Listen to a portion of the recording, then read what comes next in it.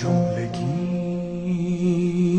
در حکم سه پروانه‌ای در جهان عاشقان افسانه‌ای. اولی خود را به شمع نزدیک کرد، گفت حال من یافتم معنای عشق. دومی نزدیک شعله بال زد، گفت حال من سوختم در سوزش. سومی خود داخل آتش فکند، آری آری این بود معنای